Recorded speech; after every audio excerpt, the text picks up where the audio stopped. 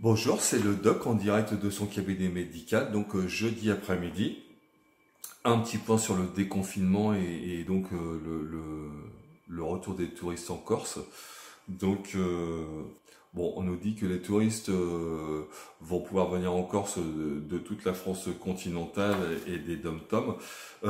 Mais effectivement, on a l'impression qu'ils sont déjà là. Alors hier, il y a quelqu'un qui balançait les ferries sont complets. J'ai voulu vérifier par moi-même parce que je vérifie toujours les sources. Je suis allé sur la Corsica Ferry. Et effectivement, alors il n'y a pas beaucoup de ferries, soit, mais il y en a deux par jour et ils sont tous complets ou presque complets, mais la plupart sont complets. Donc on se demande, a priori il y a plein de gens qui viennent travailler ici, je ne comprends pas trop, mais c'est quand même assez impressionnant. Donc j'en ai vu, donc personnellement là il y avait un couple de touristes qui étaient en train de comme d'habitude, manger. Alors que les restaurants soient ouverts ou pas, de toute façon, eux, ça les change pas. Donc, en train de pique-niquer au cul de la voiture. Voiture immatriculée 67. Quand on sait que c'est le département qui était le plus touché, ça fait quand même assez peur. Ensuite, je suis monté à Ota. Là, il y avait quatre personnes qui partaient, a priori, faire une randonnée. Je les connaissais pas, hein, c'était pas la diaspora, j'ai jamais vu. Qui partaient faire, a priori, une randonnée vers les deux ponts. Donc on se dit effectivement comment ils sont venus. Alors que moi, si je vais aller voir mes parents en Normandie, ça va être compliqué. Concernant effectivement le tourisme, en disant de toute façon, il faut bien qu'ils arrivent, sinon ça va nous casser notre saison, ça va nous tuer notre saison. Je suis d'accord, j'espérais, je vais pas dire prier parce que je suis athée, mais j'espérais que effectivement le virus soit saisonnier et qu'il s'arrête comme certains le présagent. Malheureusement, on ne le sait pas. Il y aura peut-être des petites zones de rebond. Donc, s'il y a un reconfinement, je ne pense pas qu'il sera national. En tout cas, c'est à souhaiter encore une fois. Bon, je vais prendre un exemple localement dans mon cabinet. Bon, les gens vont venir pour de la fièvre, quel que soit le diagnostic. On se devoir de faire quand même une PCR, donc le petit écouvillonnage assez désagréable dans le nez pour le Covid.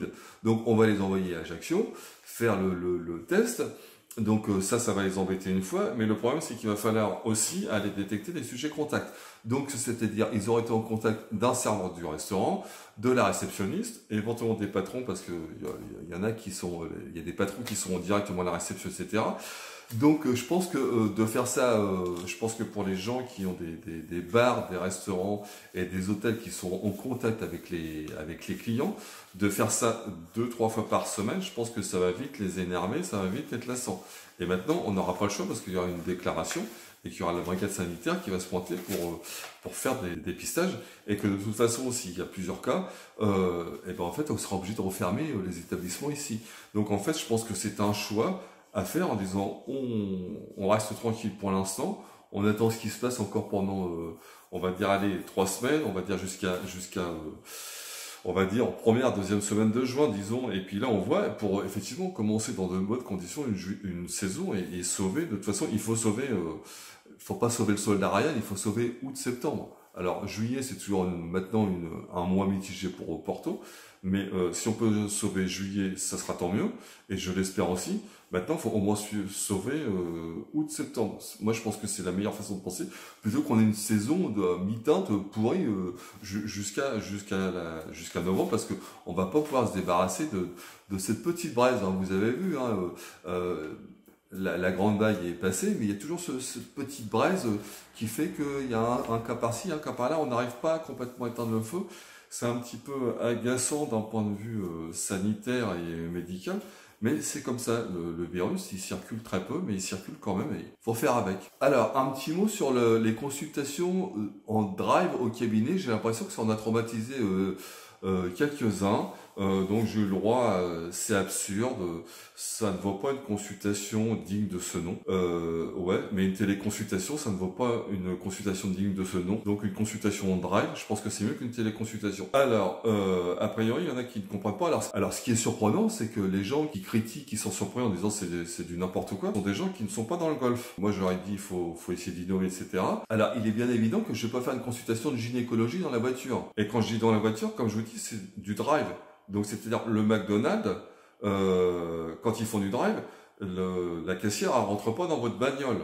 Donc vous faites un interrogatoire à distance par téléphone. Et voilà, donc je vais vous expliquer un petit peu comment ça va se passer.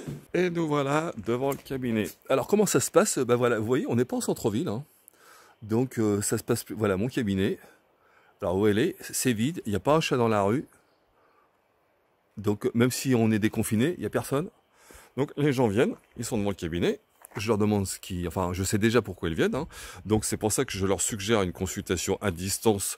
Donc c'est parce que, voilà, par exemple, ils ont un petit bouton, ils ont des plaques sur les mains, ils ont un petit truc à me montrer.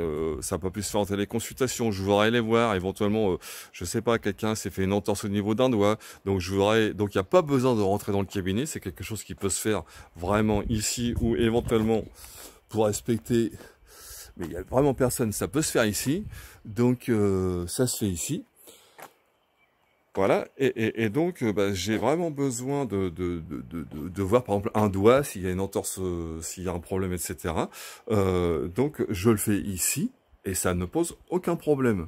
Il est bien évident que si le patient ou la patiente refuse, on fera autrement. Donc je vois pas où est le problème. Donc par pitié, il y a plus d'1 milliard de gens sur Facebook. Bon, bah, si vous n'avez rien d'autre à faire, parce que bah, laissez les gens travailler et vous occupez pas du milliard allez pas troller tous les posts des gens sur Facebook, quoi. Vous ne faites pas partie de mes patients, donc occupez-vous de ce qui vous regarde, voilà. Magie, de retour à l'intérieur du cabinet. Bon, j'ai pas encore... je fais un petit peu des coupes sur Adobe Premiere, par contre Adobe Effect je maîtrise pas encore, hein, peut-être que ça va venir. Je vous ferai des effets spéciaux et tout, ça va être génial. Donc alors nous sommes le 14 mai, date que l'on attendait avec impatience depuis des semaines et des semaines, hein, parce que depuis mi-mars on nous promet. On nous avait dit que ça durera 15 jours, les résultats. Donc nous sommes le 14 mai. On attend donc les résultats de l'étude Discovery que la plupart de mes collègues ont décidé de rebaptiser Fiascovery. Donc grande étude européenne, enfin on va dire franco-française, hein, parce que donc il y a 739 patients français sur 740, alors qu'on attendait 3200. Donc, alors bien sûr, les résultats, c'est qu'il n'y a pas de résultat, parce que c'est un grand fiasco, personne ne veut l'admettre, ils en sont encore à l'inclusion des patients. Alors, vous imaginez, hein, l'inclusion des patients, c'est quand même le premier stade quand même d'une étude. Donc, on en est à l'inclusion encore des patients. Donc, il se faut attendre. C'est normal, l'épidémie est en train de retomber, donc il n'y a plus de patients, à inclure, parce qu'il va plus. Enfin, j'espère que ça va pas revenir, mais il y a de moins en moins de patients. Les réa se vident, soit par guérison, malheureusement, soit par décès. Ils ne veulent pas admettre que c'est un fiasco. Alors, je vais dire, il y en a un, je vais pas dire, il doit rigoler, parce qu'à mon avis, ça va pas le faire rigoler, et honnêtement, il n'y a pas de quoi rire. On parle quand même de vie ou de mort. Effectivement, on va dire la situation est cocasse. Il faut s'en étonner avec un petit sourire ironique. Ça doit le conforter dans son raisonnement et dans ce qu'il a toujours fait, c'est-à-dire diagnostiquer, isoler et traiter. Donc le professeur Lacombe et un autre professeur, je ne sais plus le nom, qui est le coordinateur de cette grande étude franco-européenne, a dit que de toute façon ils allaient revenir vers le début juin, parce que cette étude devait encore prendre d'ampleur. Ce qui est dramatique là-dedans est que effectivement tous les gens qui étaient incapables de raisonner en tant que médecins, parce que ce ne sont pas des soignants, mais ce sont des gens qui suivent la méthode. C'est-à-dire la méthode, c'est typiquement c'est le mec qui est tout à fait le bureaucrate, le type qui a des œillères et qui va pas avoir un raisonnement critique. Ça en a piégé quand même beaucoup. Alors typiquement, c'est les méthodologistes là, donc qui pensaient que la méthode aurait raison de ça. Et ben on voit bien que ce sont les grands perdants dans l'histoire. Bien sûr, ce n'est pas terminé. Alors en fait, c'est bien, on attend, mais encore mieux, c'est qu'il y a une deuxième étude qui s'appelle Solidarity. Donc les résultats sont attendus au mois de septembre, c'est-à-dire quand il y aura plus de patients. En tout cas, je l'espère.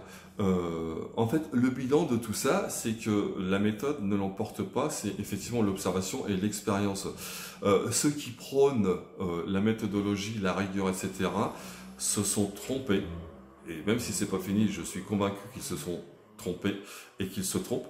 Parce que effectivement, il y a un ennemi, c'est le temps. Donc quand on est en temps de paix, eh bien effectivement, ces méthodes-là ont toute leur place et il faut pas faire de bêtises. Maintenant, on était dans une épidémie où il fallait lutter contre le temps et éviter que les gens meurent.